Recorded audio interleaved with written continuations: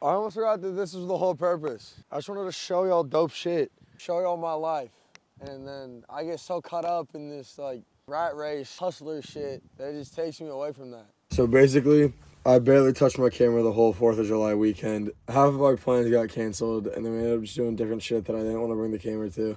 And I kind of just forgot that like this was the whole point, was just to make cool videos. $50 marketplace kayak, we're going fishing today.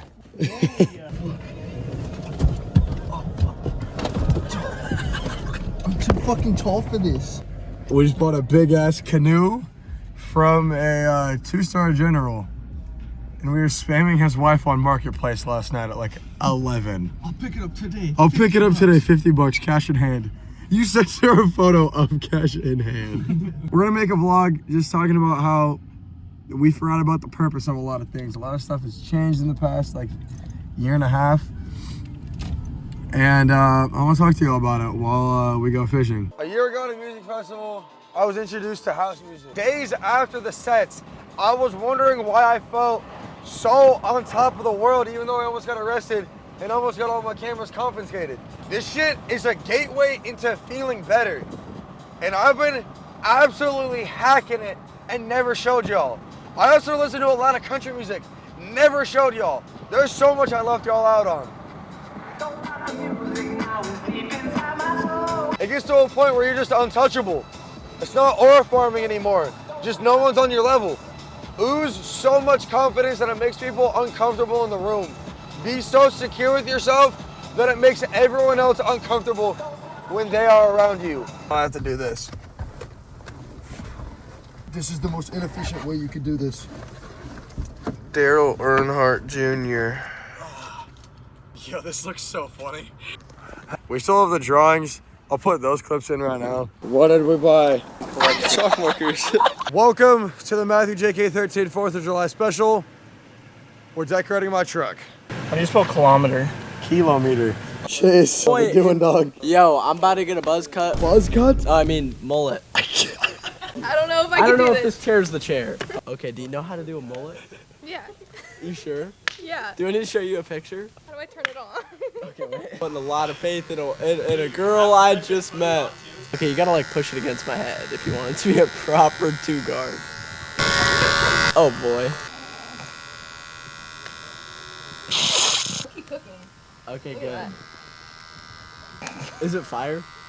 Matt, be honest with me. Keep it a $150. I'm not gonna lie, I don't see much of a difference. Okay, is this side done? Yeah. You're satisfied with that side? Red Solo Cup, I fill you So up. basically, our lake plans are fucking fried. How are you in a jacket? What are you purchasing, McCoy? Boat. A little boat? Little boat. You about to go on your maiden voyage in the SS Cum vessel? Yep. You're gonna get a lot of semen. Let's have a party. Let's have a It party. has genuinely been such a rough weekend. We were supposed to go to like 3 different cabins. Didn't make it to a single fucking one. I wasn't gonna get mid, so I didn't pick up the camera. But now we're doing some cool shit. I just want to talk to y'all and explain to y'all that like, I forgot that this was the whole purpose. Like, just to do cool shit and then find the positive in life. It's been a weekend for sure. The F-35. That shit hurts so bad. Dude, how did Dale do this every race, bro?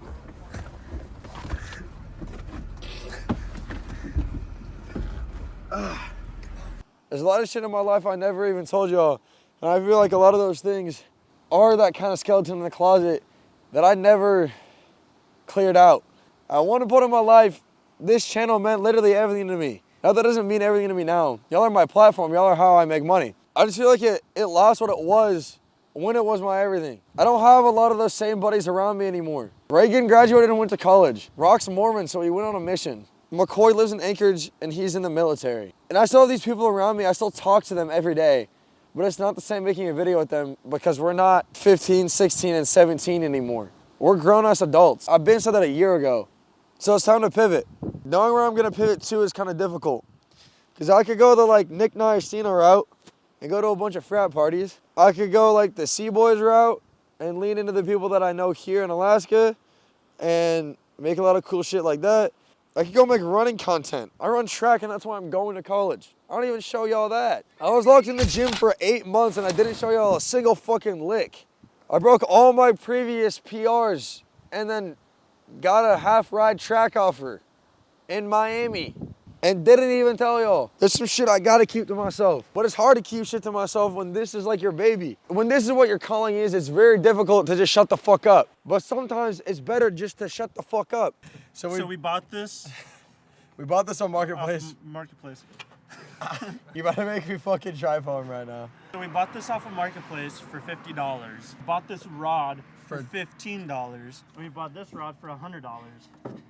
Yeah, we have 180 bucks into this whole boat and 2-pole 3-man setup. I'll give you a rundown on what happened. Me and Riker came from Kenai to Anchorage and had plans to go to the valley. We ended up coming up a day before the 4th of July to hang out for a little while. We found Chase out here and hung out with him. Had a night at McCoy's, stayed up till like 5, went to bed. We were supposed to be up at like 9 to go to the lake. We didn't wake up till like damn near 11, and then that ended up kind of working out because the lake shit got canceled.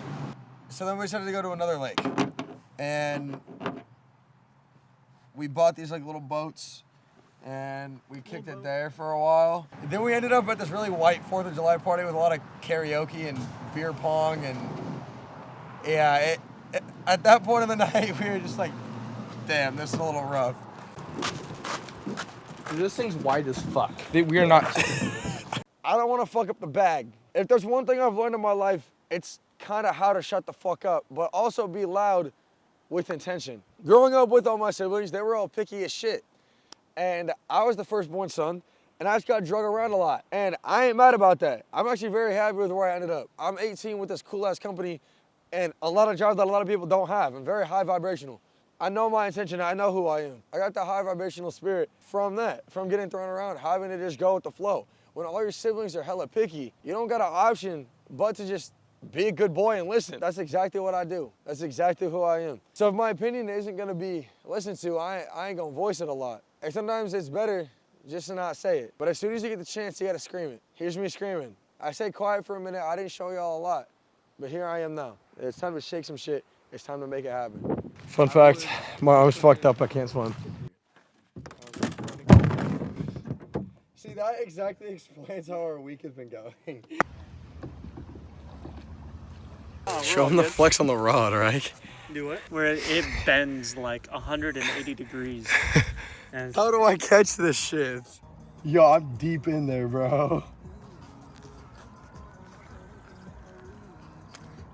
this might be our only catch, unfortunately.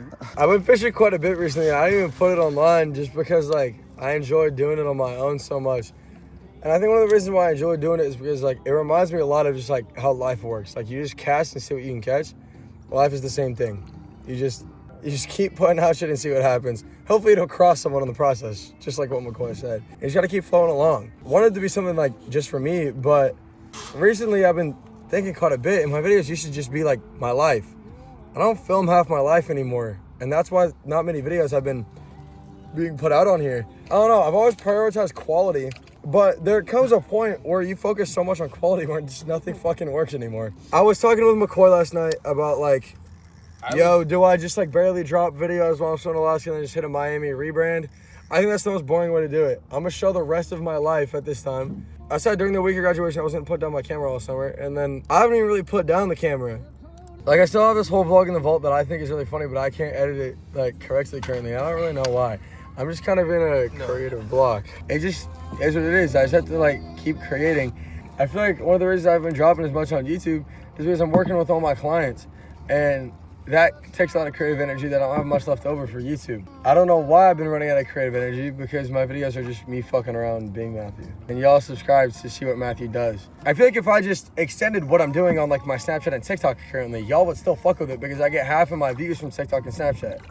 I just gotta keep pushing, just gotta keep going. I feel like there's a lot of cool people I'm about to meet once I move to Miami. And the whole reason I wanted to do this was to make videos, do what I love, and then meet some new cool people. Easiest way you can reset your feelings is some house music. It's very high vibrational, and that's how I'm breaking this coating.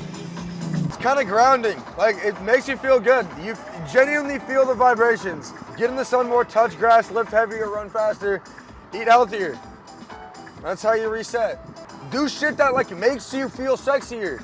Even if it's not just to pull dudes or women, you feel so much better whenever like you look good. I feel 10 times more confident with my shirt off than a shirt on. And I make shirts for a living. But as soon as you take your shirt off and start listening to house, maybe drink some matcha, go lift, go run, you feel 10 times better. Put down the alcohol, put down the nicotine, put down the weed, you'll feel 10 times better. Go do the shit that God created you to do. Seek positive up, let's go.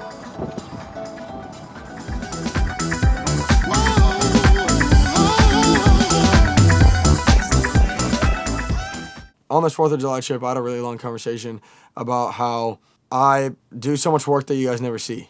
There's a lot of shit that goes on behind the scenes, growing Seek Positive on the media side especially. I have like 5 clients I'm working with currently that I just never show y'all. I've worked at the same rental property since I was like 13 and I'm leaving it. Never showed y'all that. I got a really big family. I got 4 sisters and 1 younger brother. I got 8 nieces and nephews y'all never seen just because like that whole side of my life is private. Even like a lot of my clients that I work with don't even know I'm related to them. A lot of them think I'm my only child. I talked about for the longest time that I want to make more like work-oriented vlogs, which I have been doing. I just haven't dropped one. So I have a few in the vault that I'm going to start uploading on my second channel, which I said like 4 months ago I was going to start using.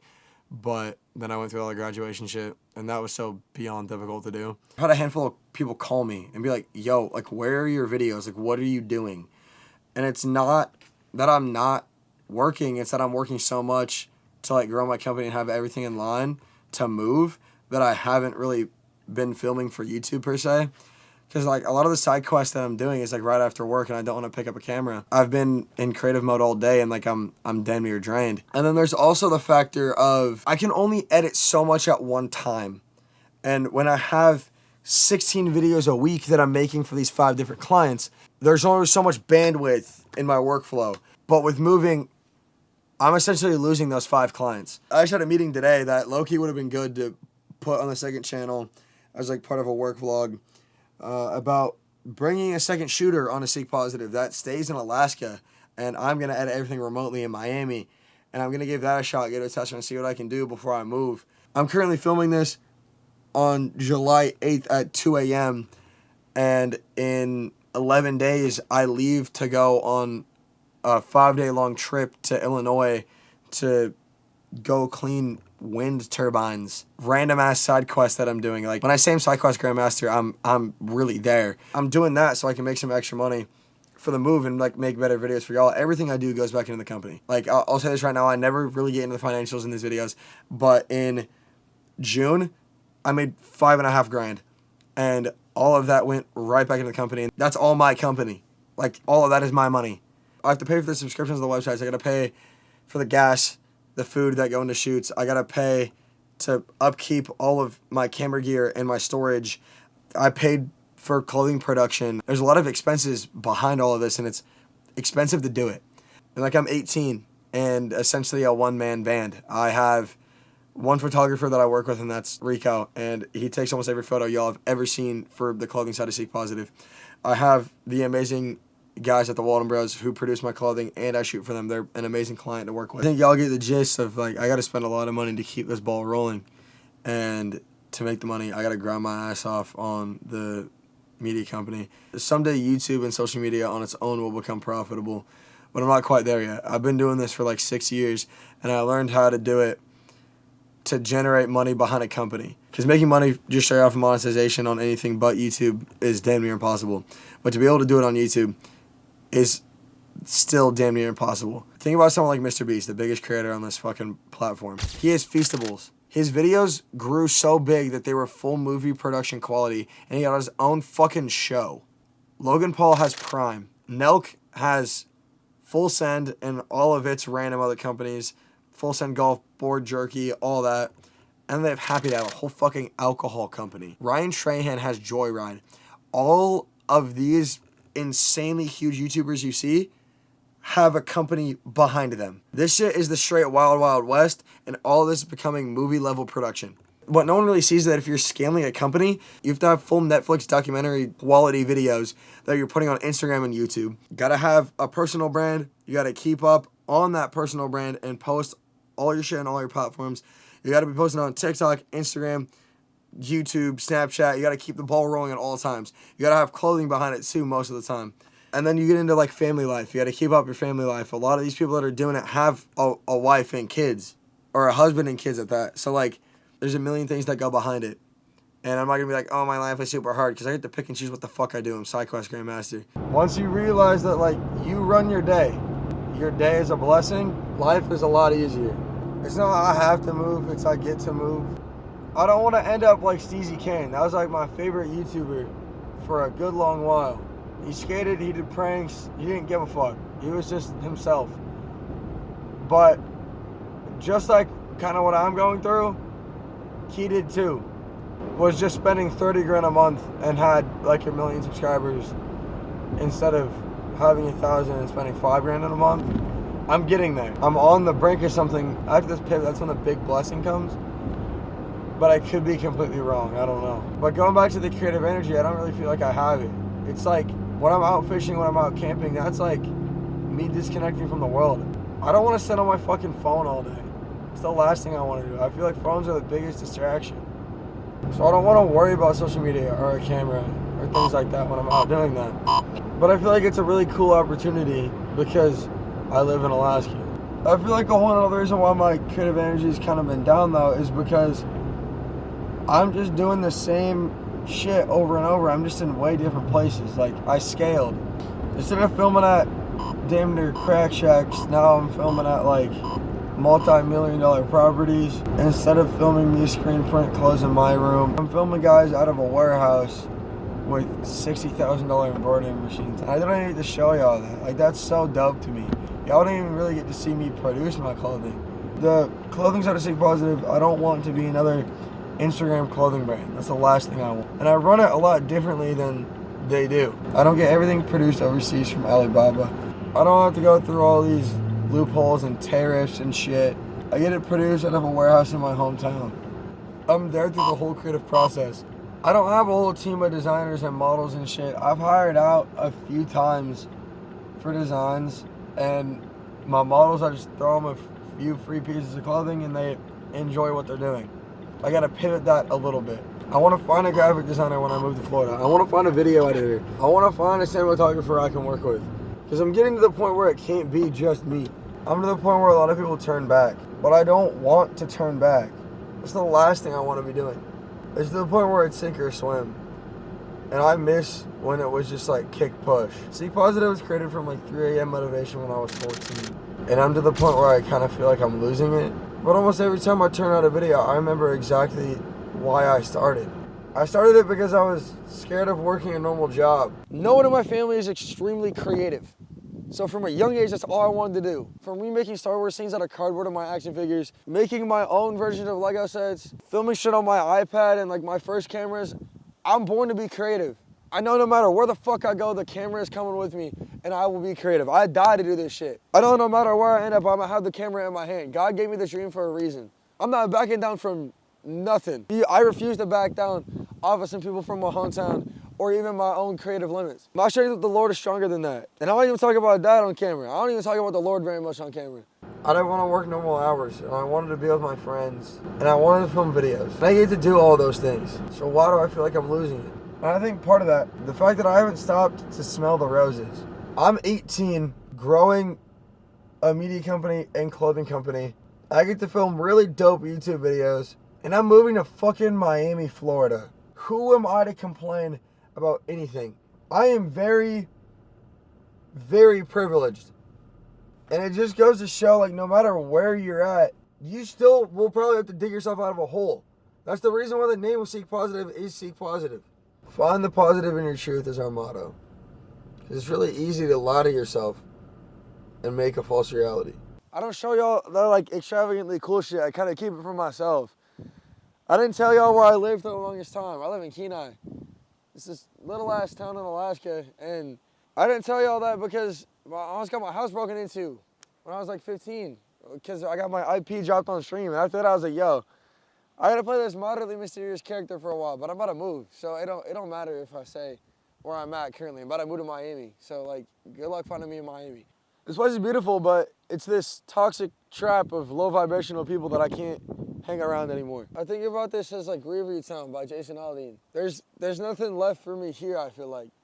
I tap myself out of everything, and I feel like that's one of the reasons why I haven't been posting as much, and I don't feel like my normal self. Because at the end of the day, I am a pretty normal guy. Just like Ryan Trahan was, just like Mr. Beast was. I'm not quite to that point where I got it together yet. It takes a little bit of like structural reprogramming once you start breaking out of your hometown. And I just got to the point in the past like 6 months of like really locking in on the idea of fucking leaving. All of 2025, that's all I've been focused on is leaving.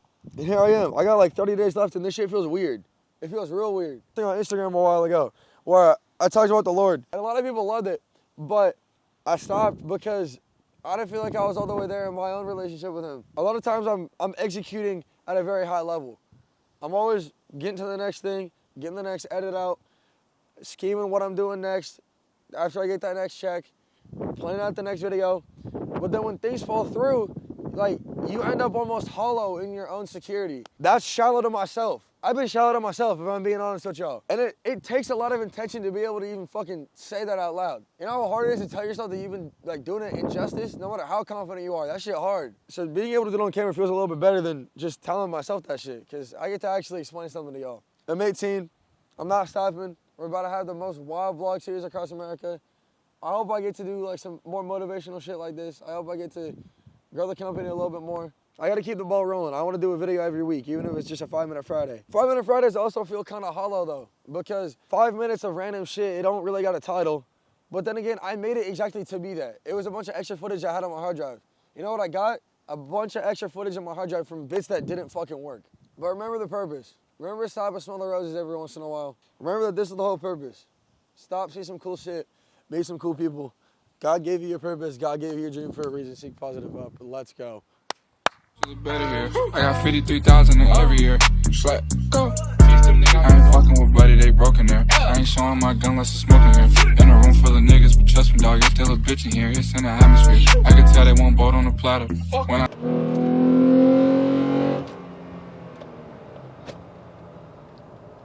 Hell, I lost the camera.